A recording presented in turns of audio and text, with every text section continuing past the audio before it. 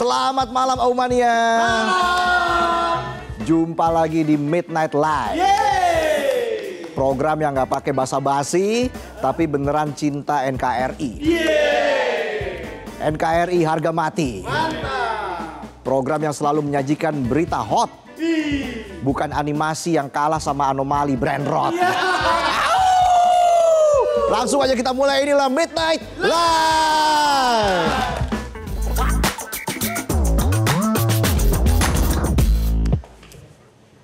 Oke, berita malam ini kita bahas soal nasionalisme yang dijadikan bungkus narasi di film animasi asal jadi. 14 Agustus nanti rakyat akan disuguhkan karya agung bertajuk Merah Putih One for All. Film yang diharapkan membangkitkan nasionalisme. Film animasi yang konon katanya persembahan monumental untuk 80 tahun kemerdekaan Republik Indonesia. Sebuah simfoni cinta negeri yang sayangnya penuh anomali dari ujung kepala sampai font poster. Posternya pakai font ala PowerPoint anak SD presentasi lomba 17-an. Dengan kombinasi warna yang kalau dilihat lama-lama bisa bikin buta warna.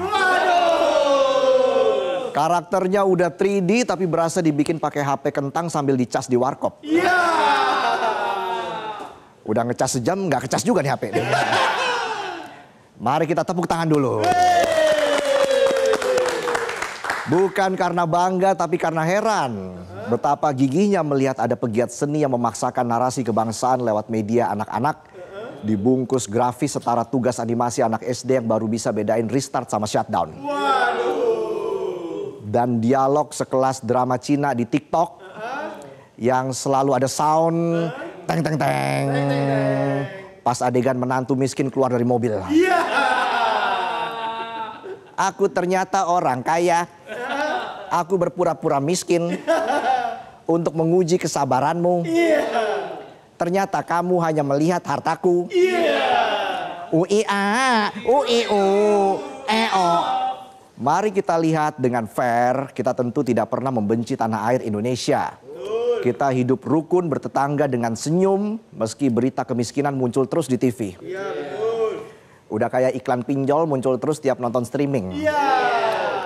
Kita juga menjunjung tinggi Pancasila. Bahkan hafal urutan sila lebih baik dari oknum pejabat yang cuma hafal pas momen upacara. Itu pun kadang belibet baca sila keempat. Sampai dikoreksi rame-rame.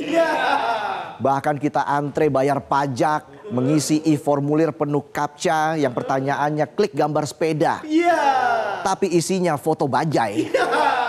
Dan sabar menunggu giliran pelayanan publik sambil megangin tiket antrean. Lebih sabar dari megangin nasib gebetan yang sudah kawin duluan. Namun entah kenapa semakin kita sayang sama tanah air kok malah disuguhi film animasi yang kalau ditonton pakai kacamata minus. Makin minus matanya ya. Skripnya mirip ceramah wajib upacara yang dibikin pakai AI. Lalu ditambah narasi patriotisme asal bunyi. Karakternya udah kayak hasil rekayasa genetik. Game jadul dan boneka generik yang bisa dibeli di pasar malam. Muka beda sedikit, badan copy paste. Tapi tetap ada unsur keberagaman. Namanya aja film bertema nasionalisme. Kalau tanpa menampilkan tokoh dari bermacam etnis ya kurang lengkap.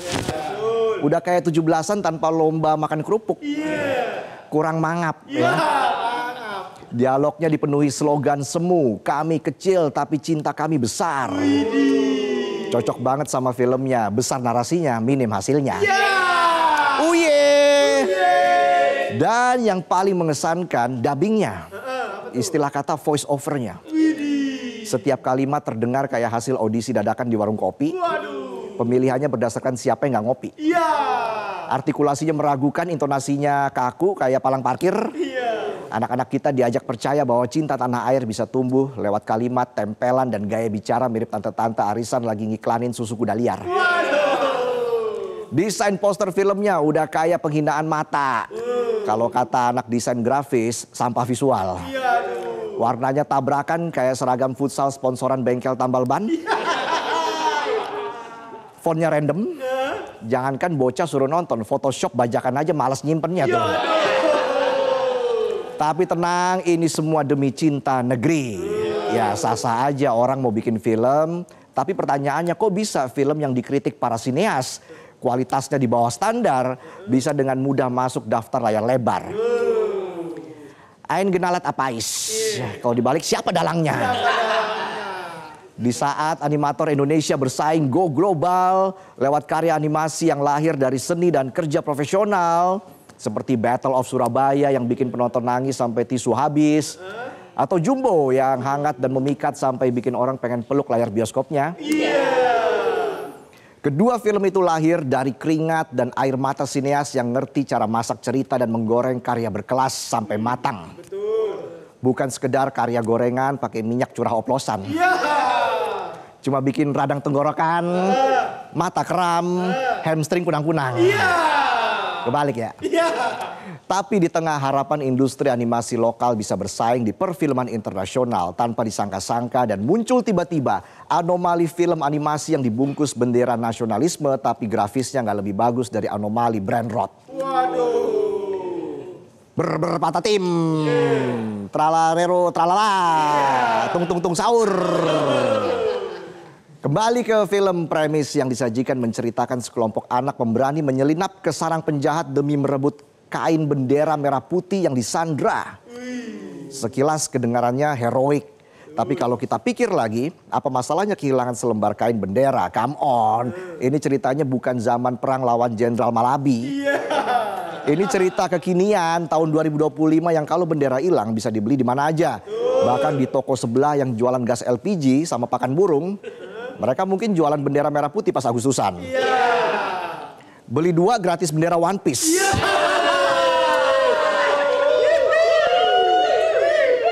Jadi sebetulnya mereka bukan menyelamatkan lambang negara dari kehancuran, tapi sekedar nyoba memecahkan masalah yang sebenarnya nggak ngaruh apa-apa. Ibaratnya kayak ngejar maling sendok plastik, padahal kita kan bisa cari sendok plastik di mana aja ya. Kecuali di toko besi. Kan nggak ada plastik di toko besi. Konyolnya lagi, ini semua diklaim sebagai film animasi anak Indonesia pertama bertema kebangsaan. Seolah-olah karya-karya sebelumnya nggak pernah ada dan seakan-akan nasionalisme hanya bisa lahir dari misi nekat dan logika mereka-mereka aja. Sebenarnya ini film keren banget. Kalau dirilis abad 18. Pasti keren. Salah tahun rilis aja ini. Kita kan positive thinking aja. Padahal sebelumnya sudah banyak film animasi keren bertema kebangsaan. Ada film Battle of Surabaya yang bahkan tembus sampai internasional. Bahkan kalau kita tarik tema kebangsaan lebih luas lagi, nggak sebatas menyelamatkan bendera. Ada film Nusa yang bercerita soal mimpi seorang anak dalam dunia sains dan pendidikan. Di dalamnya dibumbui nilai-nilai persahabatan dan keluarga. Lalu ada Adit Sopojarwo the movie ya. Yang menceritakan gotong royong, persahabatan, dan memotret toleransi yang ada di masyarakat. Dari yang bikin nangis haru sampai yang mendorong kita bikin trending topik pakai hashtag Bangga Animasi Indonesia. Bukan hashtag Indonesia Gelap. Kau yang gelap. Tapi film satu ini berhasil membungkus kondisi absurd seaktual mungkin. Ibarat ngaku jadi orang pertama menemukan nasi goreng. Padahal di sebelah udah ada warung yang jual nasi goreng. Sejak era pager. Tirit-tirit pagerku berbunyi. Tahu nggak lagunya? Taunya Dame Ungker aja. Kemunculan trailer film ini di berbagai channel YouTube, salah satunya di channel Historika Film, langsung menuai respon netizen. Seperti hukum rimba dunia maya, kalau ada film animasi baru, netizen pasti langsung membandingkannya dengan film Jumbo. Dari trailernya aja netizen langsung bisa menerawang masa depan. Jangankan kualitas teknis dan animasi, ceritanya aja mirip karangan anak kelas 4 SD yang dibuat 10 menit sebelum dikumpulin. Selesai nggak selesai kumpulkan. Eksekusinya ngasal, mirip bikin mobil listrik tapi pakai dinamo kipas angin. Baterainya nggak bisa dicas tapi dijemur di genteng. Dan klasonya manual pakai mulut. Tot. Abis ngejelekin ceritanya, netizen sekarang nyerang karakternya. Katanya tokoh-tokoh di film ini diduga hasil beli murah dari website animasi. Tinggal ganti baju, ganti warna udah berasa orisinal. Ada yang nyeletuk, lah ini mah lebih burik dari sinetron naga-nagaan. Koko Melon aja kalau ikutan nonton nih, jadi Nata de Koko tuh. Beberapa pengguna Facebook akhirnya membagikan tangkapan layar karakter-karakter yang dikomersilkan dan mukanya mirip banget sama tokoh di film Merah Putih One for All. Netizen mulai curiga, bahkan ada yang nyeletuk, pantes movementnya nggak halus tapi mirip makhluk halus. Kakinya nggak napak tanah soalnya ngambang. Ya. Selain itu aset karakter dan setnya diduga dibeli murah banget, nggak lebih dari belasan dolar. Hal ini bikin netizen gatel bertanya-tanya soal budget produksi 6,7 miliar rupiah yang pernah diumbar di Instagram @movereview. Bareng akun produser film @toto sugriwo, netizen pun semakin curiga saat video yang memperlihatkan tim produksi film itu terungkap. Netizen dengan gercepnya langsung komen, auranya nggak animator banget. Bahkan ada yang bilang aura laundrynya kuat banget. Apa yang di laundry ya? Bisa aja netizen. Jangan-jangan 6,7 miliar itu bukan buat produksi animasi, tapi buat beli rompi, topi, sama seragam biar makin mirip bawa bapak si paling ormas yang nongkrong di pos ronda. Sementara itu Hanung Bramantyo, sutradara film Gowok, baru-baru ini ngedumel di Instastory soal anggaran produksi film animasi ini. Dia bilang anggaran 6,7 miliar itu susah kalau mau buat film animasi keren, susahnya kayak ngarep gaji datang tengah bulan ya. Mimpi kali ya. Gaji akhir bulan aja, awal bulan langsung habis. Apalagi tengah bulan. Nggak penonton? Hanung juga jelasin kalau mau buat film animasi yang benar-benar keren itu seenggaknya butuh 30 miliar buat produksi plus 10 miliar lagi buat promosi. Selain menyebut anggaran, diketahui juga kalau proyek film Merah Putih One for All dikerjakan kilat mulai Juni 2025. Tapi ya itu baru isu, belum ada klarifikasi resmi dari Perfiki Kreasindo selaku pembuat film ya Merah Putih One for All. Kalau kamu the only one, bisa aja mangkok bubur. Menanggapi hal itu, Hanung juga mengingatkan kalau animasi keren itu ngerjainnya tahunan, bisa sampai 5 tahun. Di IG Story, Hanung juga pesen ke Fadlizon dan Giring buat nunda dulu penayangannya. Kasih kreator waktu buat beresin filmnya. Daripada filmnya kayak mie instan setengah mateng kurang bumbu. Udah hambar susah ditelen. Sebelumnya diketahui meski film ini dibantai kritik netizen sampai kepala panas, Kementerian Ekonomi Kreatif malah nunjukin jempolnya ke Perfiki Kreasindo atas produksi film ini. Bos Perfiki Kreasindo, Endiarto, sempat ketemu sama Wakil Menteri Kebudayaan Giring Ganesa, ngobrolin masa depan rumah produksi mereka. Dan akhirnya Wamen Ekraf pun angkat bicara kalau film Merah Putih One for All tidak didanai oleh pemerintah. Jadi mungkin ini karya segelintir orang caper yang emang bikin film animasi asal jadi. Bismillah komisaris. Namun merespon kegaduhan itu, produser Toto Sugriwo ngepost di Instagram pribadi, bukan bahas teknis, bukan juga bantah isu aset belasan dolar, malah nulis kalimat tipis-tipis kayak status WA bawa bapak. Dia nulis senyumin aja, komentator lebih pandai dari pemain. Banyak yang ambil manfaat juga kan. Postingan kalian jadi viral kan. Nah ini dia nih, produser komentarnya kayak admin medsos ormas. Yang balesin komen cuma buat naikin atensi.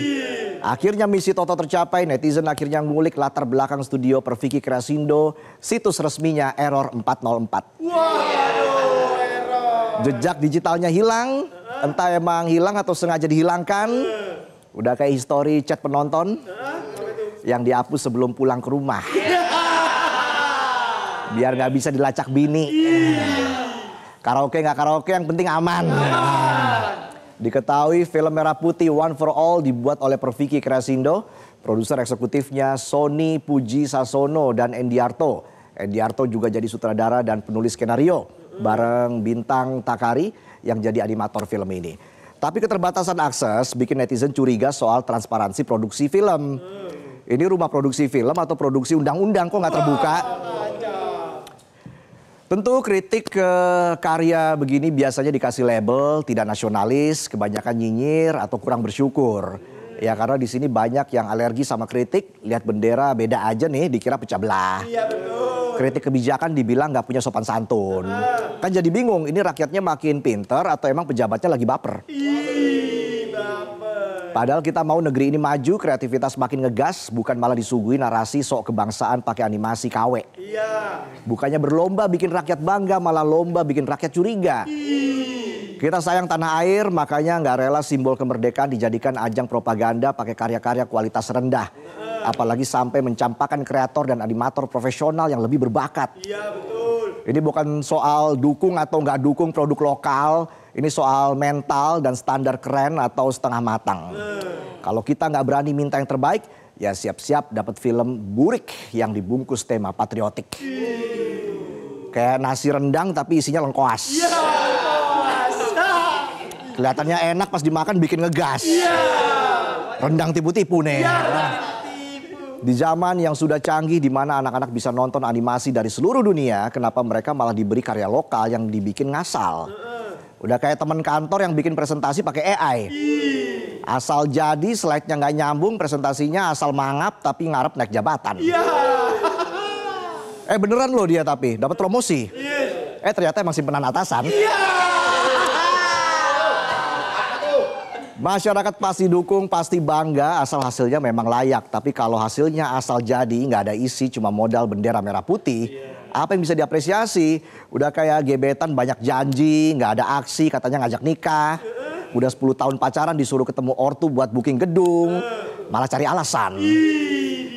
Cateringnya nggak ada yang cita rasa Zimbabwe nih. Cinta tanah air nggak diukur dari seberapa keras kita tepuk tangan waktu upacara atau seberapa banyak kita nonton film bertema nasionalis, tapi diukur dari keberanian untuk nuntut yang terbaik buat generasi masa depan. Dan keberanian itu nggak bakal lahir dari karya asal jadi yang cuma layak dinikmati kelompok mereka sendiri.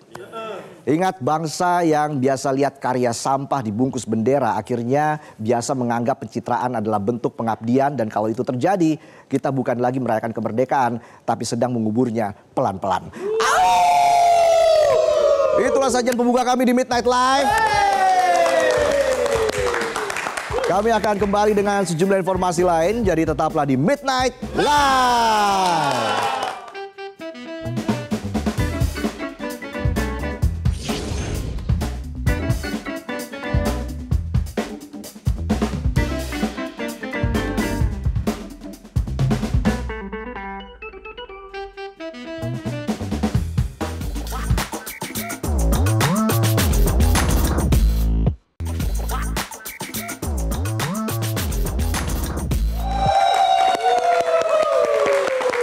Kembali lagi di Midnight Live. Mania, mana suaranya?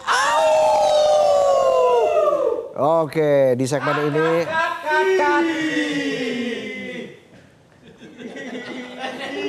Anda sutradara? Iya, saya lagi bikin film nih. Film apa? Film untuk di WA Group. Makanya saya butuh modal nih. Soalnya kalau di bioskop gede nggak ada modalnya. Saya kan kurang sokongan dari atas. Kurang sokongan? Kurang sokongan. Jadi ini modal filmnya patungan aja. Bukan patungan duit, tapi pakai misalkan Anda jadi aktor. Itu patungannya pakai acting. Oh gitu. Saya sutradara, patungannya pakai sutradara. Dikumpulin bisa nyampe 5 miliar lah. 5 miliar nyampe? Iya, kan Anda sebagai aktor 4 miliar. Saya sutradara 1 miliar, jadi 5 miliar. Cukup lah, nggak usah pakai duit. Dari mana itu hitungan kayak begitu? Saya kan ngedit sendiri, jadi aman. Lu nggak malu ngomong depan aktor tuh? Ada Debo ya. Ntar lah ngobrol sama Debo dah. Debo dan Claresta akan hadir di Midnight Live untuk mempromosikan film terbarunya ya. Yep. Tapi kita punya berita nih, Tong. Apa nih? Silakan dibaca. Nah, seperti biasa pada hari Senin ini kita menunjukkan berita-berita yang pasti mengundang perhatian penonton di rumah. Ya. Bukan mengundang ke kondangan. Berita-berita tersebut kita rangkum dalam Monday's Light News.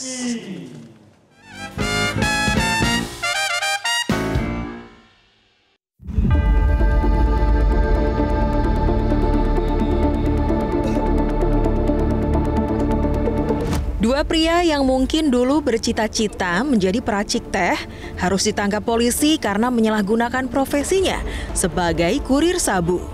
Keduanya diciduk Direktorat Tindak Pidana Narkoba Bareskrim Polri di Jalan Benyamin Sueb, Pademangan, Jakarta Utara beberapa waktu lalu.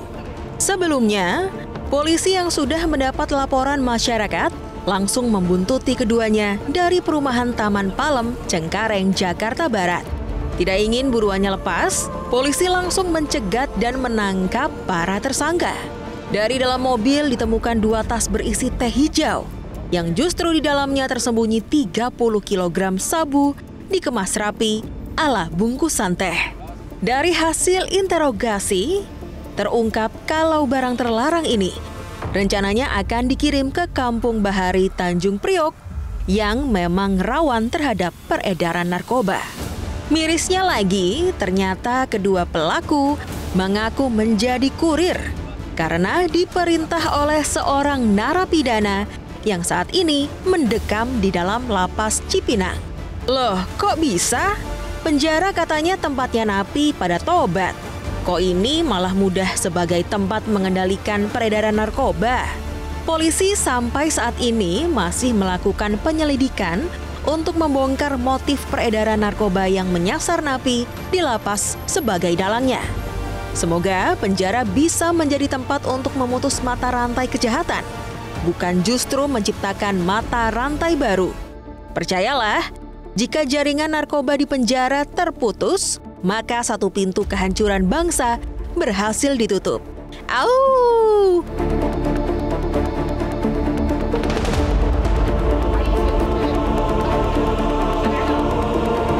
Dari Jakarta kita geser ke Sukabumi, Jawa Barat. Nasib apes dialami GS, remaja berusia 16 tahun yang babak belur dikeroyok warga karena dituduh mencuri. Begini ceritanya. Ceritanya begini. Kejadian viral di media sosial ini berawal ketika GS berniat mengembalikan dompet dan KTP milik ayahnya yang tertinggal. Namun naas, ketika tiba di lokasi, korban justru disambut sejumlah warga yang tanpa basa-basi langsung menendang dan memukulinya. GS yang kaget sontak berusaha memberikan pembelaan. Namun apa daya, warga sudah terbakar emosinya dan lupa dengan logika waras yang seharusnya dipakai. Tanpa ampun, korban pun akhirnya babak belur dengan kondisi terikat di gorong-gorong dan tubuh basah kuyup akibat disiram air selokan. Beginilah kalau penyesalan selalu datang belakangan. Di saat GS sudah babak belur, warga baru mengaku menyesal. Mereka merasa marah karena selama ini di wilayahnya sering kemalingan sepeda motor.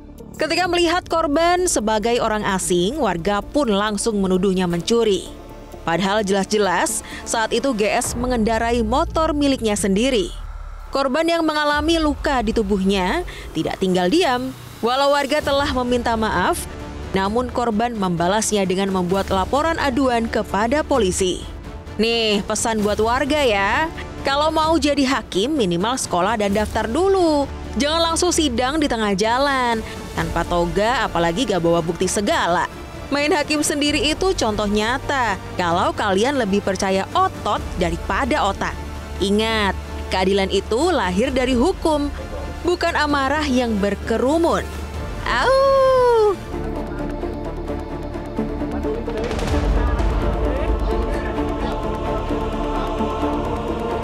Dari kasus salah sasaran, kita bergerak ke kasus tepat sasaran di Kabupaten Kampar Riau. Kali ini targetnya pelaku sindikat pencurian mobil pick-up lintas provinsi yang berhasil dibongkar tuntas oleh Polres Kampar. Tersangka yang sepertinya sudah hafal peta lintas Sumatera ini ditangkap saat santai di rumahnya. Dari pengakuannya, mobil L300 hasil curian sudah dijual ke penadahnya di Sumatera Utara seharga 25 juta rupiah. Miring banget ya angkanya. Padahal kalau di pasaran harganya masih bisa bikin dompet lebih tebal. Tapi namanya juga pelaku, pasti pengen barang curiannya cepet laku. Biar harganya murah asalkan dapat uang buat foya-foya. Kasat Reskrim Polres Kampar, AKP Gian Wiyatma Joni Mandala, mengungkap pelaku merupakan spesialis pencurian mobil pick-up antar provinsi dan antar kabupaten. Barang curian selalu dikirim ke provinsi tetangga dengan modus seolah-olah bisnis ekspedisi. Kini tersangka meringkuk di Polres Kampar dan dijerat pasal 363 KUHP tentang pencurian dengan pemberatan serta ancaman hukuman maksimal 10 tahun.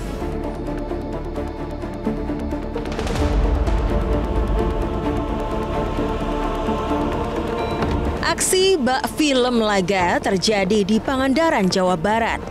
Ketika tim Resmob Polres Pangandaran memburu seorang lelaki berinisial D yang menjadi buronan karena tega melakukan penganiayaan terhadap seorang perempuan berinisial MK. Duh, lawan perempuan aja berani, masa suruh tanggung jawab malah lari? Ini mah bukan tipe lelaki sejati, tapi manusia yang punya setengah hati, setengah pikiran, dan setengahnya lagi nyali. Aksi kejar-kejaran seru ini berlangsung di Kecamatan Cijulang, melewati jalan perkampungan hingga masuk ke hutan.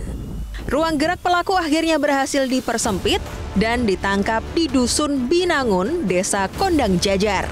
Korban sebelumnya melapor ke polisi setelah matanya lebam akibat dianiaya di pinggir jalan saat hendak berangkat kerja. Belum jelas motifnya apa, namun ketika hendak ditangkap, D justru melakukan perlawanan. Mungkin D pikir yang nangkep polisi perempuan semua, makanya dia berani. Dugaan pelaku salah total. D pun langsung dilumpuhkan dengan tindakan tegas dan terukur. Kini pelaku resmi pindah alamat ke tahanan Polres Pangandaran sambil menunggu proses hukum selanjutnya.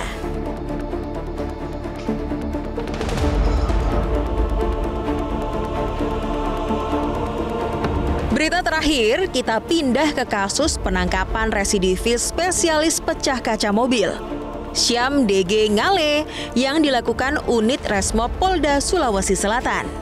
Aksi terbarunya terekam CCTV di Kabupaten Bone 31 Juli 2025 lalu. Dengan modal besi dan senjata tajam jenis badik, pelaku memecahkan kaca mobil korban lalu menggondol uang tunai 43 juta rupiah yang disimpan di dalam mobil.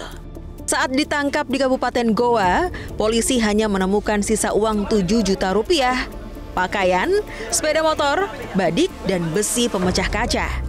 Satu rekannya masih buron, tapi identitasnya sudah dikantongi polisi. Komplotan ini dikenal suka membuntuti nasabah bank yang baru tarik uang, lalu beraksi ketika ada kesempatan. Selain di Sulawesi Selatan, mereka juga ekspansi keluar provinsi termasuk ke Tangerang, Banten. Kini pelaku dan barang bukti diamankan untuk pemeriksaan lanjutan.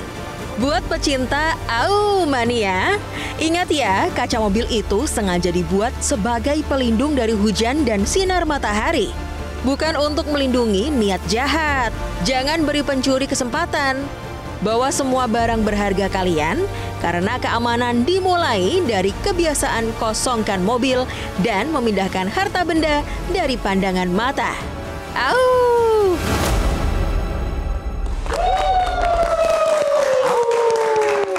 Iya, itu tadi informasi dari Monday Light News. Iya. Karena hari Senin tuh udah berat ya. Iya, kita main yang ringan-ringan aja, yang light aja. Usai jeda kita punya informasi dari dunia hiburan. Wah, ini aku suka ini. Dari dunia hiburan ya.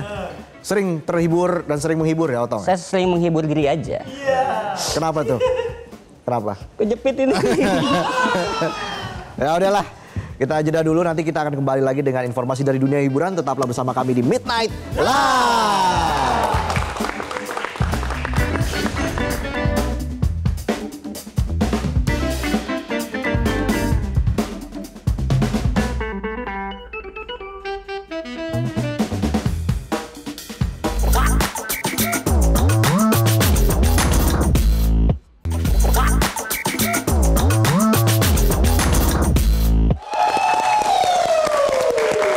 Kembali lagi di Midnight Live. Mania, mana suaranya? Langsung saja kita ke informasi dari dunia hiburan. Grup band asal London. Gimana aksen Britishnya, Tom? Hon. Kemarin udah ngobrol sama Haris J padahal. Ya. British banget. Mate. You know mate? Friend. Me and Haris J, friend. Lanjut. Grup band asal London Hon akhirnya bisa tampil di depan penggemarnya di Indonesia minggu malam kemarin. Setelah 3 kali pembatalan di sejumlah kota, konser kali ini terasa lebih personal dan penuh emosi. Meski sempat diguyur hujan, penonton tetap setia menunggu dan Hon membalasnya dengan penampilan yang lepas dan tulus. Wow. Saat Andy Clutterbuck dan James Hatcher naik panggung, sorakan langsung menggelegar. Suara lembut dan beat synth-pop yang bikin hati lunak kayak roti tawar dikukus. Iya. Bukan sekedar konser tapi mirip reuni emosional antara Hon dan rindu yang udah numpuk. Minggu malam kemarin Hon tampil all out, membawa suara, cahaya, emosi dan nostalgia berkumpul di bawah langit Jakarta. Malam itu penonton nggak cuma nonton tapi juga nangis dalam hati, senyum di wajah, dan yang penting update Instastory biar mantan lihat. Ini juga jadi momen closure buat Hon setelah ditikung birokrasi dan ditabrak logistik di beberapa kota sebelumnya. Akhirnya minggu malam kemarin di The Sounds Project mereka datang kayak gebetan yang akhirnya tepati janji tapi nggak toksik. Yang ini keren pastinya konsernya. Lanjut lagi Tom. Lanjut. Kali ini dari dalam negeri, sejumlah aktor di film Kang Solah from Kang Mak X Nenek Gayung. Lanjutan dari film Kang Mak menyanyikan ulang lagu Senyum Membawa Luka yang dipopulerkan oleh Meggy Z sebagai soundtrack film tersebut. Pemain film yang ikut menyumbangkan suara merdu atau berusaha merdu dalam soundtrack ini antara lain Rigen Rakelna, Indra Jegel, Indro Warkop, Tora Sudiro, Andre Taulani, dan Pras Teguh. Genre dangdut dipilih karena lagi ngehits dan usulan lagu Senyum Membawa Luka merupakan usulan dari Rigen yang menurutnya dangdut lawas nggak kalah greget. Mungkin sedihnya dapat, goyangnya juga mantap. Iya. Lagu ini dinilai cocok dengan cerita romantis film yang penuh drama dan celutukan koplak. Nih kita dengerin dia nyanyi.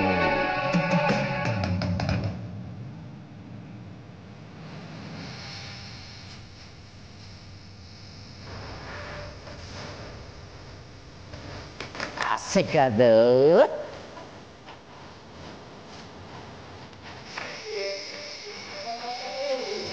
Meski harus menyesuaikan cengkok dan berhadapan dengan nada yang licin, para pemain tetap nikmati proses rekaman dan syuting. Ya, salah nada dikit, nggak masalah lah ya. Yang penting nggak salah perasaan. Oke, lanjut lagi ya. Setelah sukses besar lewat film horor Pemandi Jenazah, VMS Studio kini akan hadirkan teror baru lewat film Maryam, Janji dan Jiwa yang Terikat. Diangkat dari podcast viral Lentera Malam berjudul Belenggu Jin Kafir yang sudah didengar 1,9 juta orang.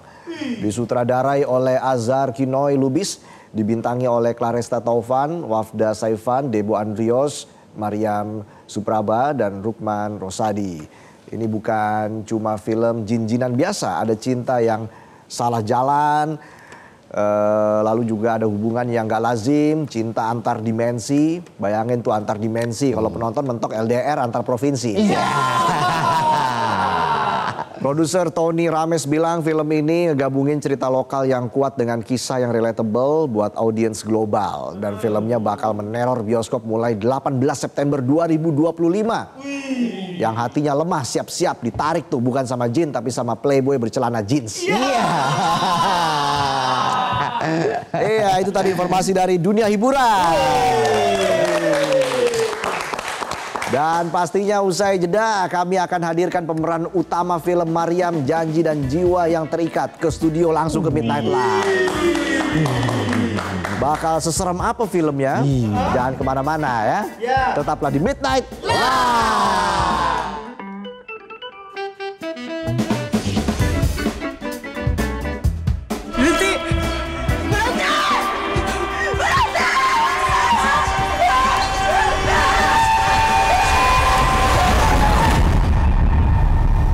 Selama 26 tahun diganggu oleh sesosok jin kafir. Saya dilihat, jangan ganggu. Jangan buat saya terpisah dari Maryam.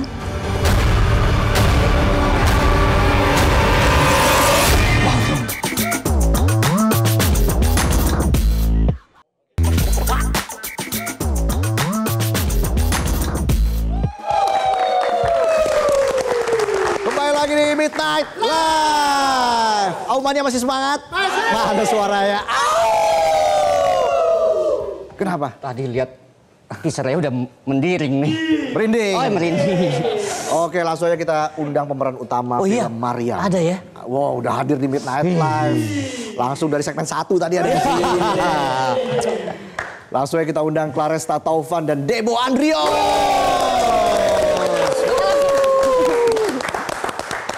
Selamat malam, Claresta. Dari tadi aku di situ ikut awal. Iya, tadi kita Iya, di situ tadi ya. ikut menjadi jadi back sound kita dari tadi. Kalau Berarti- salah itu kita. Ini Aumania cabang aktor. Udah mulai banyak cabangnya kita. Ini baru bintang film beneran toh. Iya. Kalau bikin film ya sama mereka. Iya. Tadi masa pakai HP doang. Ya kan saya budget murah. Ini sih bikin film animasi apa adanya aja. Ya udah langsung aja kita ngobrol bersama Debo dan juga Claresta. Kita berikan tepuk tangan sekali lagi.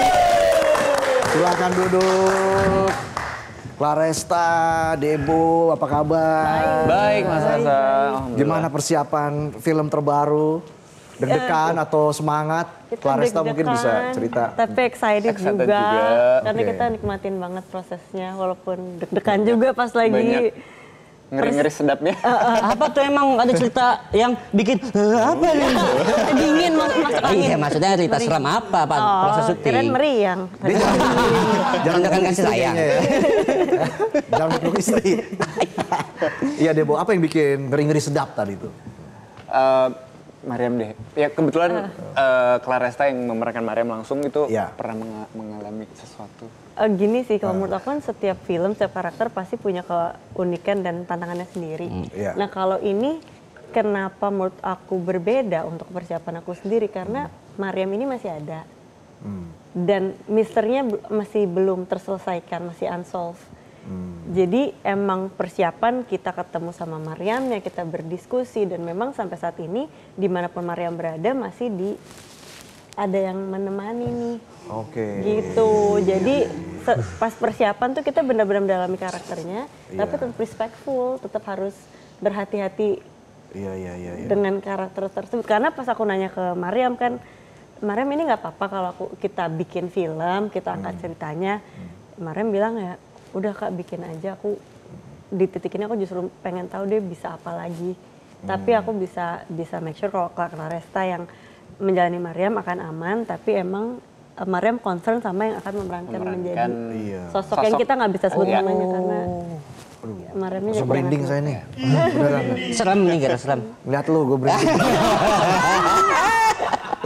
Bahkan kalau aku tuh kayak waktu syuting, mungkin tadi Mas Asa juga lihat, maksudnya Claresta kan aslinya kayak fun, Iya, gitu iya, kan. iya, iya. Benar. Kalau syuting itu mungkin selain fokus tapi kayak tetap auranya kalau udah di lokasi syuting itu udah jadi kayak Siapa gimana, dia? siapa nih gitu ya Iya, kayak iya. udah ini bukan Claresta nih kayaknya gitu. Oke, iya bener. Kalau ketemu langsung fun ya dan supel gitu ya.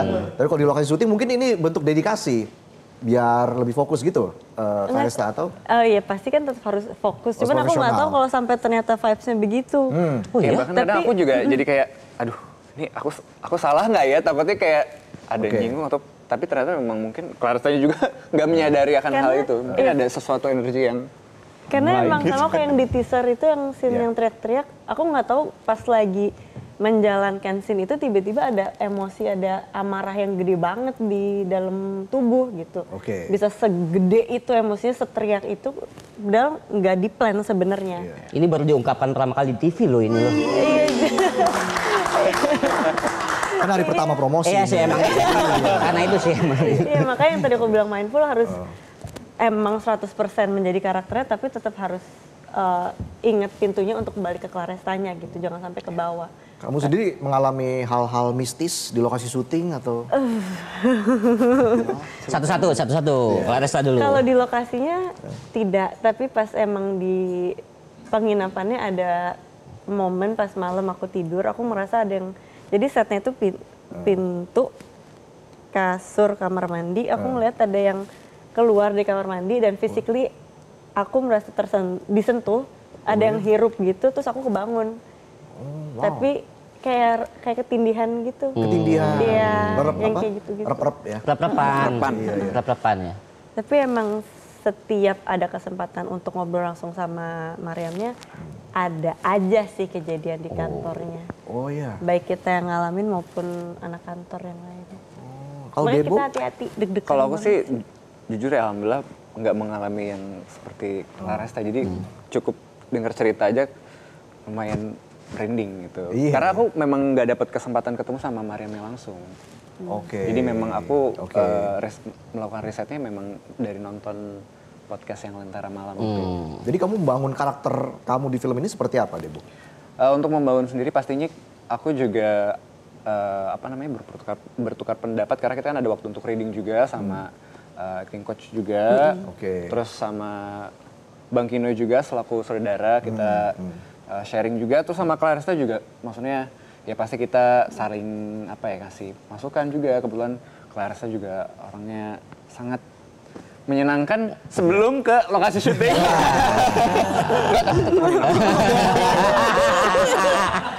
Menyenangkan kok. Menyenangkan. Karena kita harus hati-hati karena karakter aku Mariam ada. Iya. Karakter Debo juga aslinya ada, tapi memang kita samarkan namanya. Jadi Oke. karakter aku, karakter Debo dan yang lain itu based on apa yang disampaikan oleh Mariam.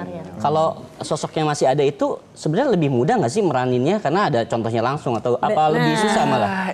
Kalau sosoknya, maksudnya manusianya masih ada memang, tapi yang menjadi masalah adalah saat ini misterinya Mariam belum terselesaikan. Misterinya. Mariam sendiri sampai sekarang kan masih pengen bagaimana dia bisa hidup ikhlas, bisa hidup Iya. nggak terganggu. Iya, Sampai iya. sekarang Mariam seperti yang sudah disampaikan di podcast, udah berpuluh-puluh kali itu mencoba untuk ke orang pintar, ke ustadz Oke. dan sebagainya untuk melakukan ruqyah dan berbagai macam cara lah. Tapi memang tidak ada yang berhasil sampai sekarang dan bahkan ada yang meninggal Ada yang juga meninggal ustadznya. ketika ngebantu makanya, mengobati Mariam. nah makanya kenapa walaupun emang jujur takutnya ada banget pas dapet tawaran jadi Mariam, tapi aku pengen dengan adanya Mariam ini orang semakin aware soal apa yang dirasakan Mariam, apa yang terjadi sama Mariam, semakin banyak orang yang tahu dan semoga bisa ada orang yang beneran bisa menolong.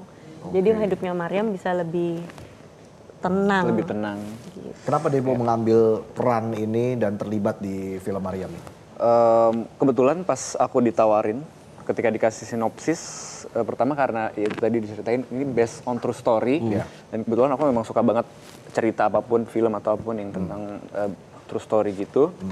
Dan kebetulan aku mendapatkan peran yang sebelumnya aku belum pernah meranin. Adegan-adegannya aku bilang cukup ekstrim. Jadi aku juga bisa sebut film Mariam ini bukan cuman film horor yang tiba-tiba jeng-jeng gitu ngagetin apa segala macam, tapi memang dari situasi dan kondisinya aja udah bikin ngeri gitu. Jadi aku boleh bocorin sedikit mungkin ya. Ada adegan aku yang memang, aku kan kebetulan karakternya namanya Bagas. Bagas itu punya kedekatan khusus dengan Mariam. Sebenarnya aku niatnya baik, tulus gitu, karena aku sayang sama Mariam, pengen nikahin Mariam, tapi bahkan yang niat baik aja si entitas ini cemburu gitu, bahkan bisa mencelakai orang yang peduli sama Mariam. Jadi ya si adegannya tuh sangat ekstrim. Jadi bukan horor yang nakut-nakutin, tapi kita pengen penonton tahu bagaimana yang dirasain sama Mariam selama hidup 28 tahun ini. Iya, Bukan iya. cuma fisik, tapi mentalnya juga capek, psikologis juga Psikologi. capek. Karena gimana sih rasanya punya hidup, tapi nggak jadi milik sendiri hidupnya. Iya, Kalau ada iya. yang ngatur, ada yang kontrol, ada yang posesifin dia gitu. Oke. Pasti kan sulit untuk berhubungan Untuk dengan berhubungan manusia, manusia. dengan keluarga, Iya. teman, pasangan. Jadi hal-hal seperti itu yang ditonjolkan Iya, dalam iya. film ini ya. Tidak hanya jump scare. Jadi lebih kepada alur cerita dan juga sosok si Mariam ini ya. Iya, karena Benar-benar untuk ditonjolkan. menjalani Mariam aja capek untuk menjalani karakter secara fisik, mental dan psikis capek banget, apalagi Mariam aslinya. Benar. Aku sih pengennya yang menonton bisa merasakan apa yang Mariam rasakan selama ini dan ya lebih bersyukurlah dengan hidup yang dia punya saat ini gitu. Untuk bisa memiliki hidup sepenuhnya menjadi milik gitu. Secara mental dan fisik terkuras juga deh Bo ya pasti ya. Banget. Bahkan aku pernah kebetulan day kedua syuting itu aku bisa bilang itu adegan terberat aku di film. Aku kebetulan memang adegannya juga lumayan agak surprise. Jadi aku tiba-tiba boleh ya ngomongin? Pokoknya Tipis-tipis aja. ada kejutan yang Debo lakukan di set yang bahkan aku nggak tahu gitu. Jadi pas take ada scene pas aku membuka Jendela. hah gitu, tiba-tiba ada Debo dalam keadaan seperti kayak boleh di brief dulu nggak ini? Iya. Itu ada di strip apa emang improve atau tiba-tiba Sebenarnya gitu? awalnya tidak ada di skrip, tapi itu memang ada deal-dealan dulu sebelumnya sama director dan asisten director. Jadi Ada kayak tambahan gimana, teknis ada gitu tambahan ya? teknis, gitu. Aman Nah nggak? kira-kira ngapain Nah, tuh itu- Debo? Kira-kira Debo sedang berbuat apa tuh? Kira-kira. Nah, ketika reading dan sebagainya lah, persiapan, bagian dari persiapan itu bagaimana kalian membangun chemistry satu sama lain? Untuk membangun chemistry kebetulan ya aku bilang tadi Mariam lagi, kamu udah Mariam banget. Sampai ke bawah loh. Into banget tuh.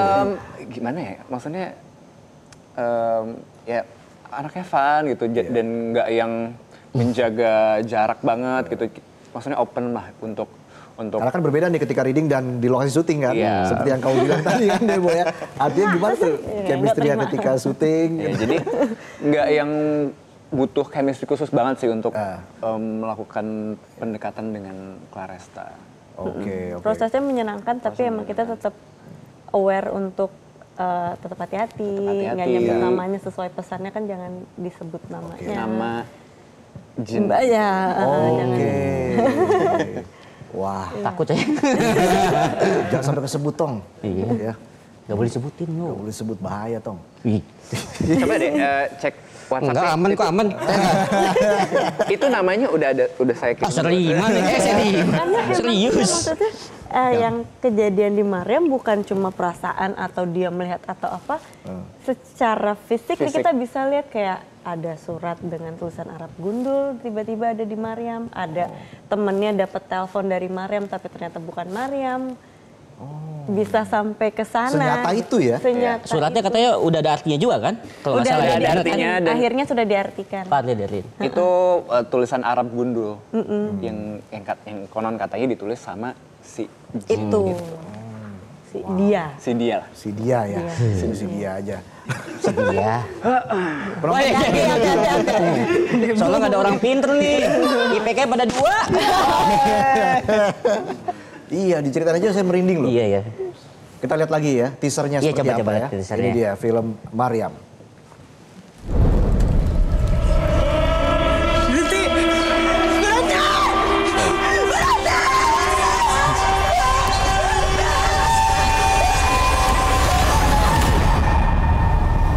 Selama 26 tahun diganggu oleh sesosok jin kafir. Saya dilihat, jangan ganggu. Jangan buat saya terpisah dari Mariam.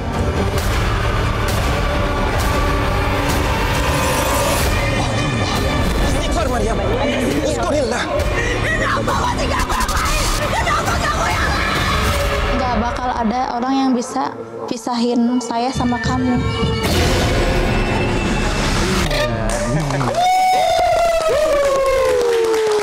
18 September 2025 di bioskop kesayangan Anda. Film Mariam. Apa harapan kamu Debo dengan penayangan film ini nanti? Yang pastinya yang seperti tadi Claresta juga udah sampaikan, semoga masyarakat seluruh Indonesia juga bisa aware terhadap apa ya, yang ya sosok yang seperti tadi dibilang, karena memang ada gitu kan. Jadi kita harus lebih berhati-hati dalam bertindak ketika di tempat yang memang bukan wilayah kita, dan yang pastinya juga lebih mungkin bisa lebih berempati kepada sosok Mariamnya juga, karena yang aku lihat juga kan sosok Mariam ini kayak kasihan gitu, kayak Iya. selama 28 tahun 28 hidupnya tahun. dari lahir kan dari bayi. Sebenarnya lebih gini sih, aku pengen yang nonton merasakan apa yang Mariam rasakan. Maksudnya bukan merasakan dalam kehidupan nyata ya, tapi ketika nonton merasakan ke capaian fisiknya, mentalnya, dan juga psikisnya. Bukan untuk kasihan, tapi untuk lebih bersyukur atas apa yang mereka punya, kehidupan yang mereka punya, dan aku sih berharapnya dengan orang yang menonton Maryam lebih banyak, lebih tahu soal keadaan Maryam, bisa mendatangkan lebih banyak bantuan untuk Maryam. Iya. Oke. Untuk hidupnya bisa lebih tenang lagi, lebih nyaman lagi ke depannya. Dan mungkin Karena juga bilang kasihan bukan kasihan karena bukan, Maryam ini iya, kuat banget. Iya, iya, iya. Maryam Secara sebagai mental dan perempuan fisik. 28 tahun hidup seperti ini, aku sangat amazed ya dengan Maryam, sosok Maryam yang asli ya, karena kuat banget. Belum Iya. tentu orang bisa seperti Maryam 28 tahun hidup Iya. seperti Oke. ini. Dan mungkin juga nanti kan bisa menginspirasi, mungkin di luar sana juga ada sosok seperti maksudnya mengalami seperti Maryam, mungkin pasti ada gitu kan di luar sana. Kita akan nantikan nanti 18 September 2020. Yes. Sekali lagi sukses untuk Claresta dan juga Debo. Semoga sehat selalu, yang penting itu ya. Dan juga tetap waras pastinya. Iya, Jangan penting lupa tuh. sehat. Oke, kita ketemu lagi besok. Jadi jumpa lagi di Midnight Live.